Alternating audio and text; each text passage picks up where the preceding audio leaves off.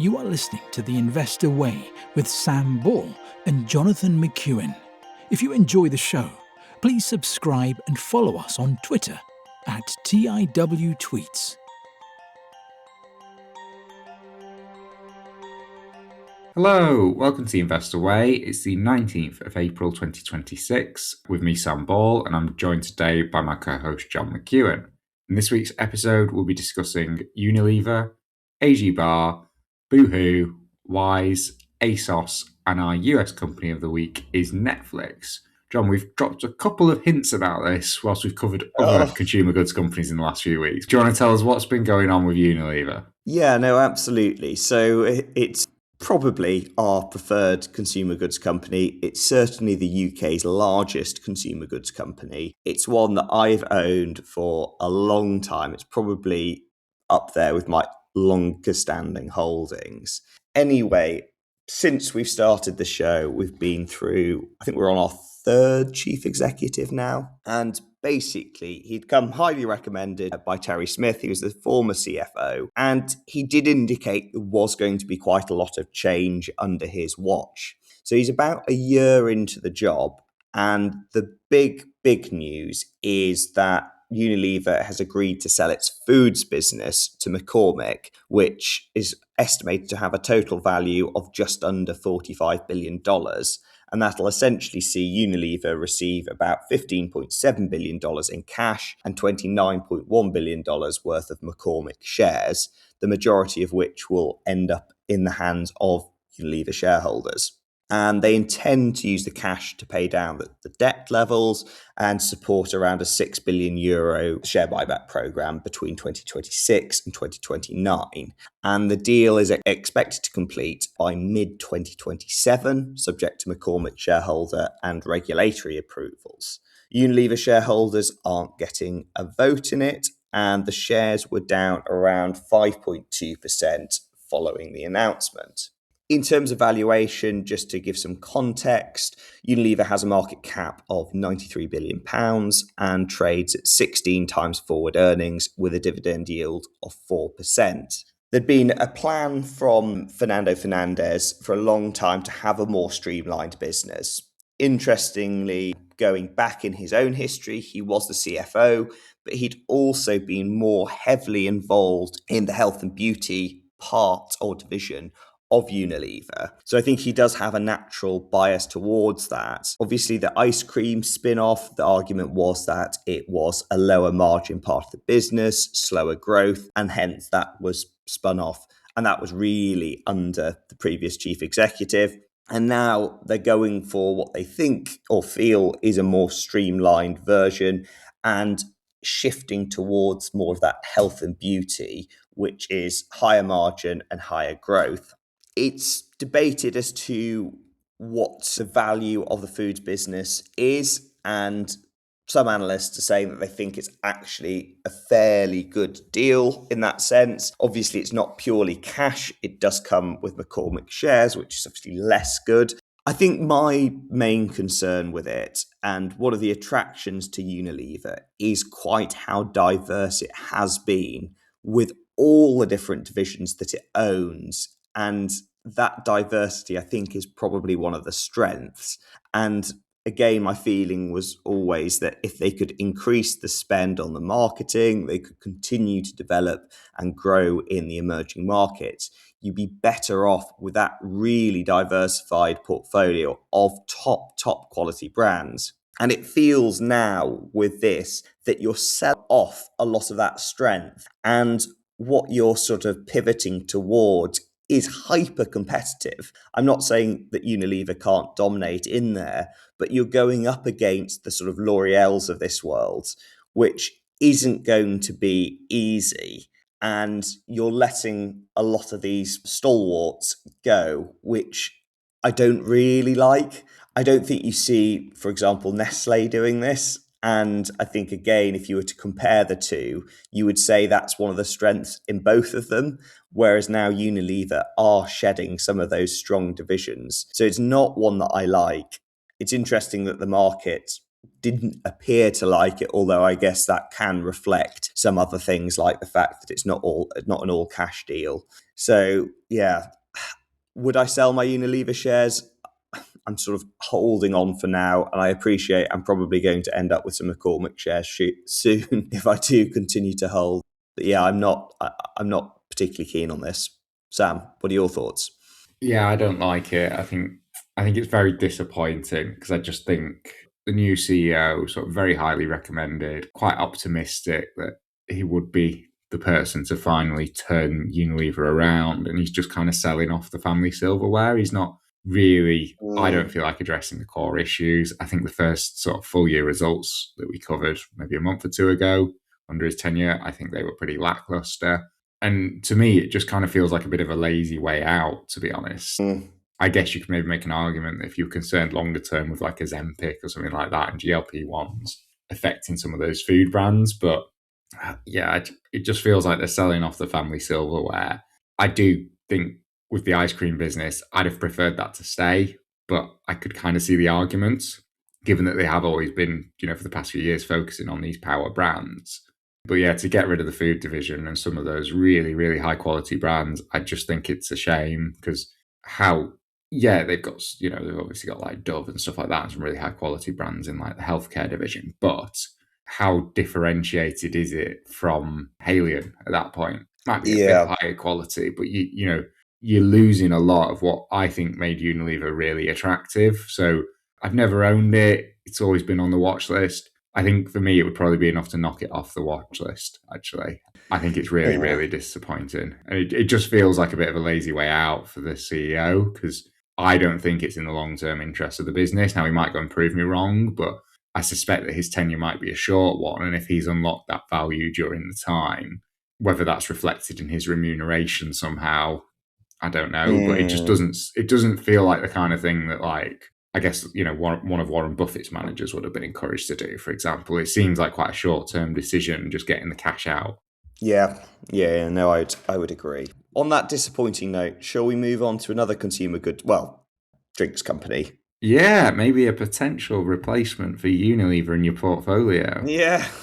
So AG Barr, it's a company we have covered lots and lots before, and a company we've come to actually like a lot more the more we've covered it. So for anyone who's not familiar with AG Barr, they are a drinks company, soft drinks, and their biggest brands include Iron Brew, Rubicon, and Boost. And they've come out with their full year results for the year ended 31 Jan 2026. So revenue was up 4%, profit before tax was up 17%. The operating margin was up 180 basis points from 12.3 to 14.1%. Return on capital employed was up 50 basis points to 19.4%. Earnings per share was up 18%. And if we use the adjusted results instead of the statutory results, adjusted operating margin was up 120 basis points to 14.8%. And the adjusted return on capital employed was down 40 basis points to 20.4%.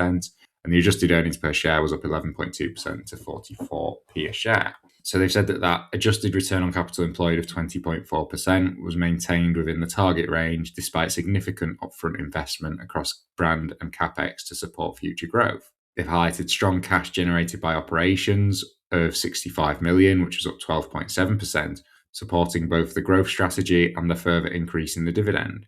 Net cash of 41.6 million following outflows related to acquisitions of Frobishers and NA Essence during the period. So we did cover the Frobishers acquisition last time in a bit more detail, as well as Fentimans. In terms of the outlook, they've said our core drinks portfolio will be supported by expanded distribution, targeted brand refreshes, and multiple new product launches. The integration of recent acquisitions, Frobishers, Juices, and Fentimans, post-period end, is well underway and progressing to plan, leaving us well positioned to realise target operational efficiencies from the second half in the coming years. And in terms of their aims for the 26-27 year, they're aiming for revenue growth of more than or equal to 4% per annum, representing above market growth. Operating margin within the 14 to 16% range.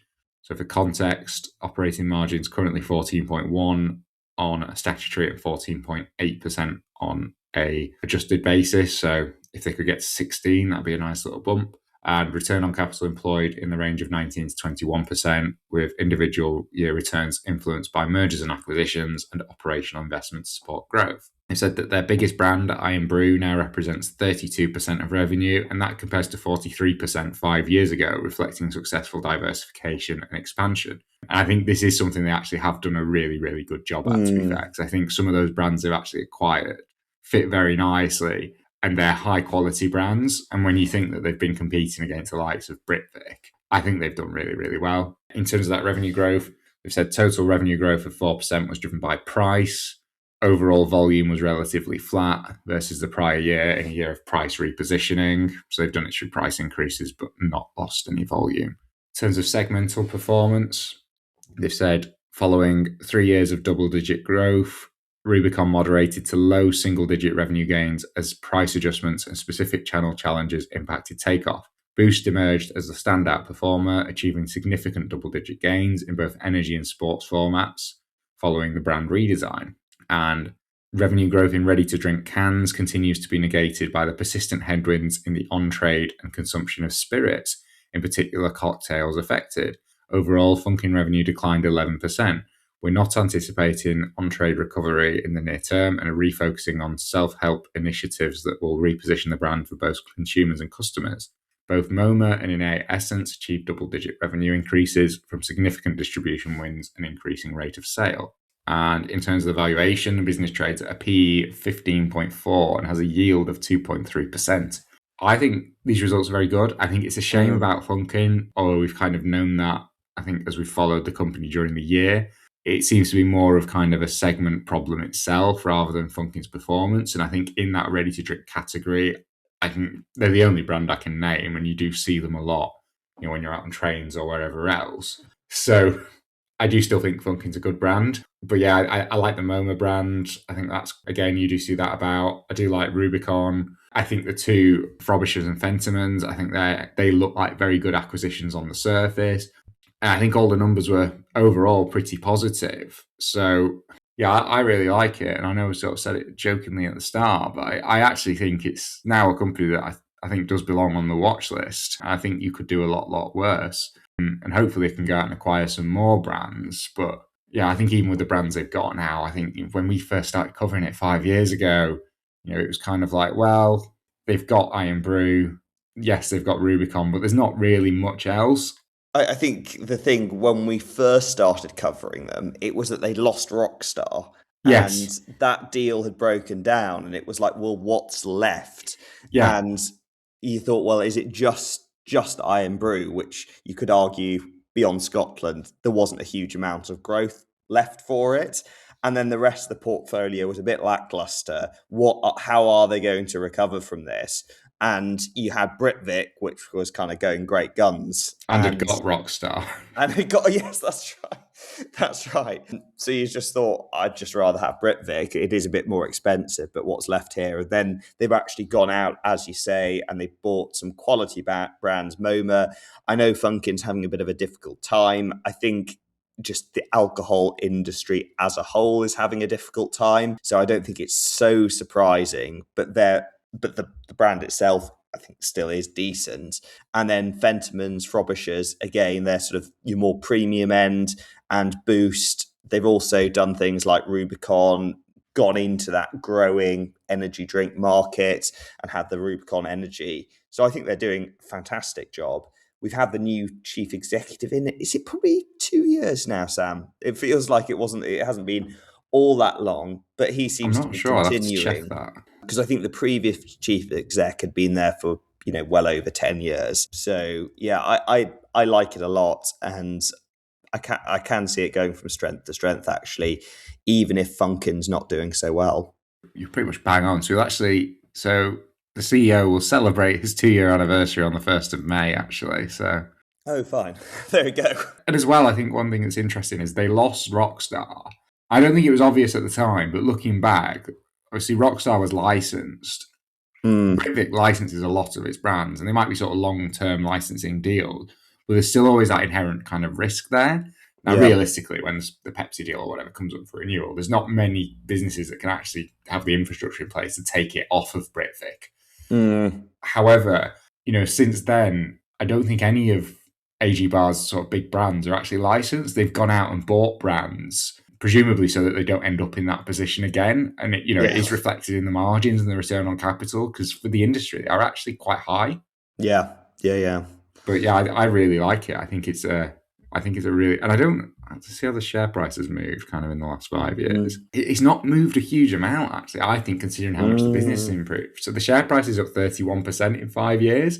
It pays a couple of percent as a dividend, but I remember it used to be sort of 17, 18 times earnings, and Britvic might have been 15, and you thought, well, what's the point? You're getting worse brands. And now I think it's almost it probably is the more exciting. I know Britvic's not listed anymore. I think, when you compare the brands, I actually think AG Barr maybe is the more exciting one now. And I think at a P of 15, I do think it's quite attractive. I do like it. Yeah. Well, will it make the watch list for you, Sam? I think definitely on the watch list. Whether it makes that jump to the portfolio, I'm not sure. But if someone was to say, I've got a position in it, I think, it's very tough to argue with it, because I think it's a really high quality business. Yeah. No, fair enough. Okay. Move on to a lower quality business. I knew you were going to say that. So it's Boohoo. It's one that we've both owned in the past. Essentially had a trading update, and we haven't covered it for a while since we both sold it. I think it must be over a year. The underlying sales trends have been improving for the past 3 quarters and were 5% below last year's level as of February. Fixed costs have fallen from 175 million to 119 million, driven by warehouse consolidation and a right sizing of its inventory levels.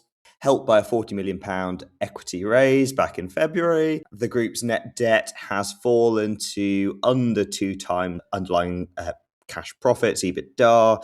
I think it's still, I'll have to check at the end, around £200 million. Full year cash underlying profits are expected to now rise by 36% to £53 million, which is up from its previously upgraded guidance of £50 million. And in the coming year, underlying cash profits are expected to continue growing at double-digit rates, and free cash flow is also forecast to materially improve. And the shares were up around 3% on the news. In terms of valuation, Boohoo has a market cap of £274 million and trades at 0.34 times price to sales, compared with a 10-year average of 1.67, no dividend. It's, I think, interesting to see. There's been a bit of a change in the model with Boohoo. Yes, they still are making clothes and selling clothes, and they have brands like Pretty Little Thing, Boohoo, Boohoo Man, but also what they're doing much, much more of is that they're kind of rebranding themselves as Debenhams again, and they have third-party brands essentially selling on their platform, with a group taking cut of those third-party sales. They're not getting involved in that sense on the packing, the shipping, the returns, those expensive parts of the business, which seems to be doing reasonably well. But they do have, still significant debt. I think fundamentally for me, when it comes to Boohoo, Debenhams, and with no spoilers, but we'll discuss ASOS later, is that certainly when we bought shares, it was probably about 5 years ago now, it seemed like for fast fashion, Boohoo and ASOS were still up there, and I think our assumption had always been that that's where the British consumer was going. Obviously, what we didn't factor in was that there were Shein and Temu, which were increasingly and very aggressively taking market share, to the point where there was virtually almost nothing left for your ASOSs and Boohoos. And with that kind of competition, it's not something, certainly legally at least, that if you're Boohoo and ASOS, you could compete with in terms of cost. And that, to a very large degree, is what the fast fashion came down to. And therefore, you had ASOS and Boohoo not disappearing overnight, but losing double digits. You saw it every quarter, and we're basically at the level that we're at now. I still don't think it's investable. It's interesting what they've sort of pivoted towards, but they've got a lot of debt. They're having to do equity raises. And fundamentally, it does feel like a race to the bottom, which they just haven't been able to compete in. So, yeah, still uninvestable for me. Interesting what's been happening. The other sort of issue, I guess, is the corporate governance, and that Mike Ashley isn't on board with management. He owns a lot of the shares, and they're doing things like they're putting the chief executive's pay through. It's not going to the shareholders. So I think there are a whole host of issues there too, which on their own could make it uninvestable too. But no, overall, it's just not for me, and a barge pole would be involved. Sam, what are your thoughts? I agree. I think as well, with it being a trading statement, you do have to take it with a pinch of salt, because they love to talk about the underlying cash profit, which is the EBITDA. But then that's all well and good. But when you've got cash flowing out the door and you're having to raise equity, you can adjust it to whatever you want. But if you've got that cash outflow, it's a huge problem.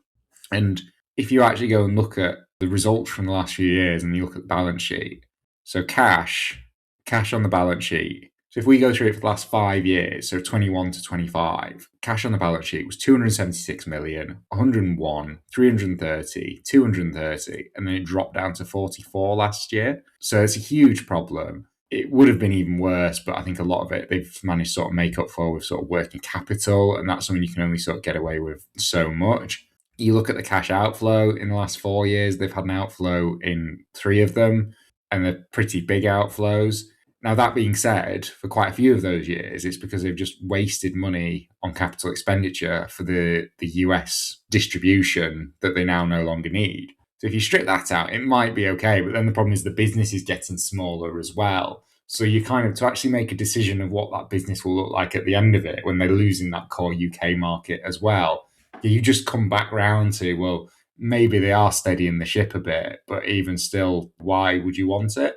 Yeah. And I think, certainly for myself, for the last sort of couple of years, I think one thing I've come to realise, I think if your investment thesis is kind of centred around a business being cheap, you should probably just leave it alone, because I tend not to do very well. And genuinely, I can't think of another reason why you would invest in it at this point. Yeah, no, absolutely. I would agree and wouldn't be investing. Right, should we move on to a debut then for the show? Yes, Wise. So it's a company called Wise. So it was recommended by Pat, who is a friend of the show, and we almost persuaded to come on for an interview at Fundsmith when he'd had a few glasses of wine. Pat, he suggested we have a look at Wise. He said 10 billion market cap. There's a strong Q4 trading update on Monday, which is annoying, as he tried to buy some shares and they didn't get fulfilled, and now the price has jumped. And he said just after the announcement, they've issued another saying they'll seek a primary listing in the US, but will maintain a secondary listing in London. They do currency exchange cheaply. It goes live in the US next month, which should increase visibility, and basically asked if we'd want to have a look at it. So I think it does actually sound quite interesting. So it's not a company I think I'd seen people talking about it on like social media and stuff, but I've never really looked at it. Wise, for anyone who's not familiar, Wise was launched in 2011 with the simple vision of making international money transfers cheap, fair, and simple. So it was 2 friends from Estonia, and basically one lived in London and the other lived in Estonia, and they each had to send money sort of to their respective countries. So what they did to save having to move money and pay the exchange rate, each month they'd look up the mid-market rate. One of them would put their euros into the other person's bank account who was in that country, and the other one would top up a UK account with their pounds that they'd been paid in that country.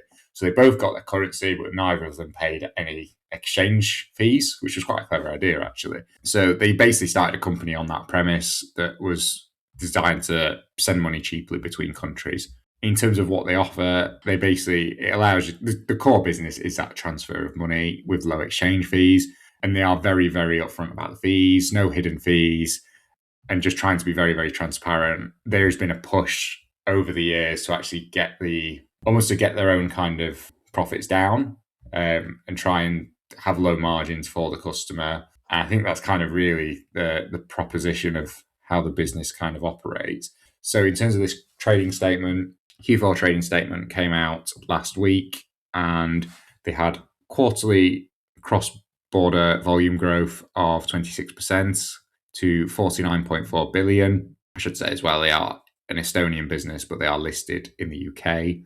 And quarterly cross-border volume grew 26% year over year to 49.4 billion, with 11.3 million active customers, which was up 22%.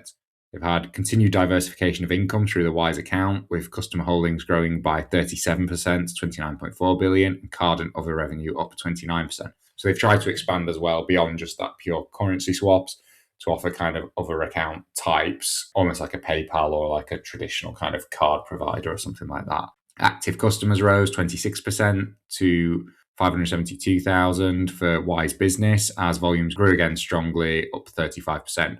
The cross-border take rate reduced 1 basis point to 51 basis points and is now down from 53 basis points a year ago, reflecting a balanced approach to investing in price and the business to support long-term growth.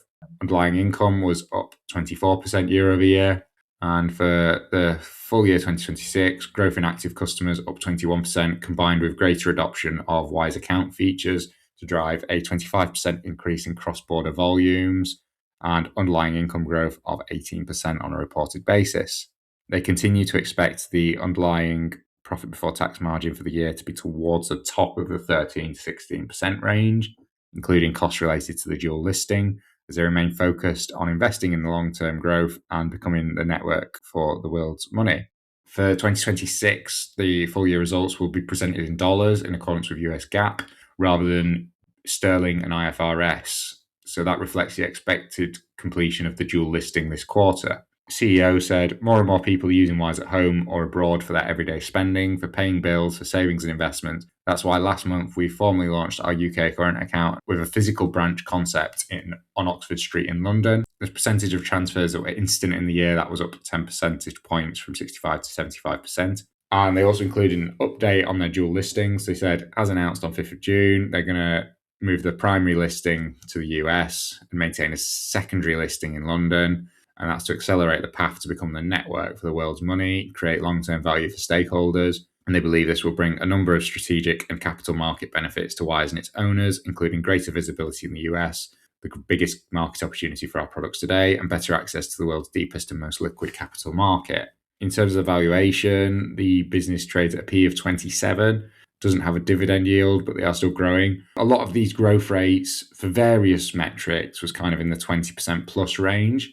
I think a PE of 27 actually looks quite reasonable if they can sustain that. Whether that will stay at 27 once we're in the US, I do wonder, because it seems like the kind of business that might have a higher multiple just for being in the US. So I can absolutely see why they're moving. I think it probably is the right decision to move. It's a shame because it's quite nice that sort of London had been able to attract this kind of business. If they'd started in a different hemisphere, it would probably never have been listed in London in the first place. But with it starting in Estonia, I think it made sense for them to use London as a bit of a stepping stone. But it's a shame because it's just nice to have it on the FTSE as a primary listing. But absolutely understand the reasons why they want to move. I think it does look like a decent quality business. I think my concern would probably be the product itself. I think it seems like a service that really, I don't see a reason why lots of other banks and card providers can't just copy what they're doing. And I just think, is it a product or is it a feature? And I feel like it might be more of a feature. And whilst they're doing quite well, I don't think there's any sustainable USP. And I think in the long term, what kind of separates them from, say, a PayPal, where if other people start introducing this feature, you will just start to see a decline in the users. The real driver is that they're trying to push the lowest fees. So if that business gets commoditized and people start pushing the prices down, I don't see any need to have a Wise account, because if you can do it in your existing account, it becomes a lot easier. So although they might be disrupting the industry, if the industry just reacts by dropping prices and doing what they're doing, I don't see any reason why they can't. So that would be my concern with it. What about you, John? Yeah, almost exactly the same. I think that's essentially not having a moat, or as I would see it, maybe not having a moat would be my main concern. Obviously, it's hyper competitive. And I think probably it's been a case that the big banks it's been an easy way to make money, charging you a lot to transfer money and transfer money when you need it exchanging. And then Wise have come in and undercut that. How long it can last for, or even whether one of the big players just comes and buys them out, particularly for that brand, I don't know, but that would be my main worry. And I could be missing something, and they could have a much bigger moat than I'd be aware of, but that's my concern and why I wouldn't be investing. Should we move back to poorly managed clothing companies? Yes, absolutely. So, coming back to what used to be the bigger of the two fast fashion companies, which was ASOS, as seen on screen. So, a trading update out for the first half, with ASOS's first half underlying sales falling by 9%. However, sales trends improved over the period, and new customers were up 2% across its four largest markets. First half underlying cash profit, EBITDA, is expected to rise by around 50%, driven by higher gross margins and lower returns and cost cutting. Full year guidance has been reiterated, with underlying cash profit expected to be between 150 and 180 million pounds, with broadly neutral free cash flow. And shares were up around 17% in early trading. In terms of valuation, the group have a market cap of £271 million and trade at 0.1 times forward price to sales, compared with a 10-year average of 0.89. I mean, these results, they're certainly better than the Boohoo. I think for me, the issue still remains, whilst they've got a few brands and they're manufacturing them themselves, it largely is the same race to the bottom argument, and they just can't compete on costs. I think whilst it appears at the moment a bit better than Boohoo and perhaps a bit further in the sort of what you might term the turnaround than Boohoo, I don't think these businesses have got great growth ahead of them. I think if you were looking for a really high quality clothes retailer, you would look at Next in the UK, and these ones just, still both uninvestable for me. And it's the Shein and Temu argument there. Sam, your thoughts on ASOS? Any different to Boohoo as far as you see it? I think I could probably copy and paste most of the comments when I'm editing. But yeah, again, if you go and look at the sort of the annual results from the last few years, I mean, it's a bit different. But in the past 4 years, they've had 2 free cash outflows. In the 2 years they haven't had it, the most recent 2 years, the only reason they haven't is because they've managed to reduce the working capital. And again, that's due to the business shrinking. So it's not really a good thing. And it's also, it's kind of a lever you can only pull so many times. So, but again, you're seeing that difference. Underlying cash profit 150 to 180, but the free cash flow is expected to be neutral. So they're banging on about cash profits, but it's a business that's in such a precarious position that the cash position is the main thing, I think, for investors, because you just want to know if it's going to go bust or not. I think the broadly neutral free cash flow is actually a positive, because unless they've managed to do something with the working capital again, which I doubt, it does suggest that at least it's kind of stabilized. But even then, you do kind of look at it and think, well, what is the future? Can they get back to growth? It's really difficult. They might have managed to stem the outflow, but again, I still wouldn't say it's a business with the most positive future in front of it. It might not look like it's going bust in the next couple of years now if they can just sort of keep that stabilized level. But I just think if you're an investor, there's so many high quality businesses you could buy instead that you probably just don't need the headache.